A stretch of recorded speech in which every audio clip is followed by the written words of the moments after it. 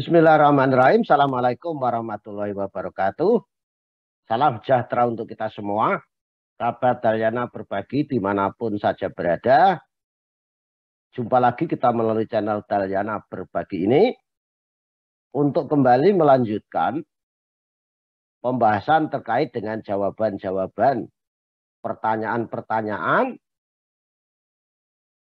yang berkaitan dengan program sekolah penggerak yang sudah dijawab oleh tim di Kemendikbudristek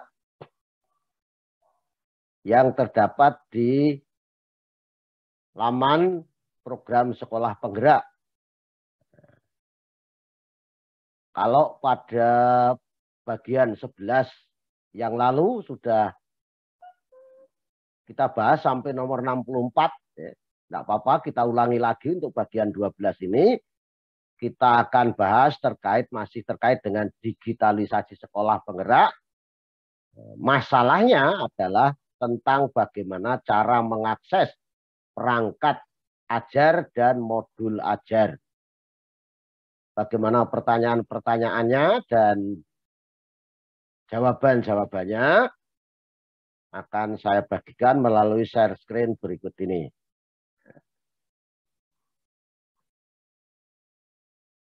Ini bagian 12 ya, jadi terkait digitalisasi sekolah, khususnya sekolah penggerak, masalahnya bagaimana cara mengakses perangkat dan modul ajar.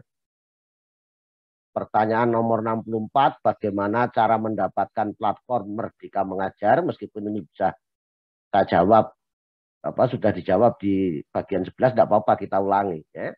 Nomor 65, apa saja yang bisa dilakukan di dalam produk perangkat ajar?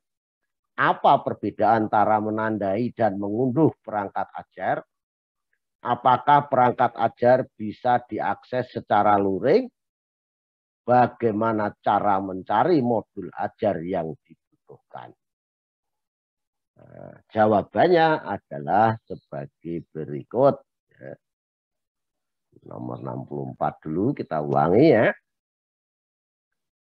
Nah, ini cara mendapatkan. Bagaimana cara mendapatkan platform Merdeka Mengajar? Produk perangkat ajar merupakan bagian dari platform Merdeka Mengajar yang dapat diunduh dan diinstal melalui atau dari Play Store. Nah, apa saja yang bisa dilakukan? Nah, ini melalui produk perangkat ajar, guru dapat melakukan beberapa hal terhadap perangkat ajar tersebut, yaitu mengunduh perangkat ajar ke gawai atau smartphone masing-masing. Kedua, bisa membagikan tautan perangkat ajar tadi secara terbuka melalui WhatsApp atau kanal lainnya. Tiga, bisa memberikan rekomendasi jika perangkat ajar tersebut membantu proses mengajar dengan baik atau dengan klik jempol. Jadi kalau Bapak Ibu memberikan rekomendasi bahwa perangkat ajar atau perangkat belajar tersebut membantu proses belajar mengajar, maka silahkan klik tanda jempol. Bisa mendapatkan informasi seberapa tinggi perangkat ajar tersebut sudah ditandai oleh guru, antara lain melalui jumlah suka. Jadi berapa guru yang memberikan tanda suka dan berapa jumlah pengunduh atau jumlah telah diunduh. Sedangkan khusus untuk modul ajar dan RPP, guru dapat menyimpannya ke dalam folder dengan fitur tandai. Jadi kalau bisa diunduh dengan fitur tandai. Itu yang dapat dilakukan oleh guru terhadap produk perangkat ajar yang terbuka. Apa perbedaan antara menandai dan mengunduh perangkat terbuka? Nih, kalau menandai itu berarti menyimpan modul ajar ke dalam folder di dalam aplikasi sehingga Anda dapat mengatur dan mengaksesnya kembali. Sedangkan kalau mengunduh itu berarti menyimpan dan mengunduh dokumen perangkat ajar ke dalam ruang penyimpanan gawai Anda. Itu bedanya menandai dan mengunduh. Apakah perangkat terbuka bisa diakses secara luring atau secara offline? Secara memikat ya, secara luring atau secara offline. Perangkat ajar dalam bentuk modul ajar dapat diakses secara luring atau offline melalui dua cara. Yang pertama dengan mengunduh dokumen yang ada di masing-masing laman modul ajar. Kedua dengan menandai modul ajar, mengorganisasikan atau mengatur ke dalam folder, dan mengaktifkan akses offline di dalam folder tersebut. Anda dapat mengakses kembali modul terbuka yang sudah ditandai ketika tidak terkoneksi ke jaringan internet. Nah, jadi bisa diakses secara luring atau secara offline. Caranya unduh dulu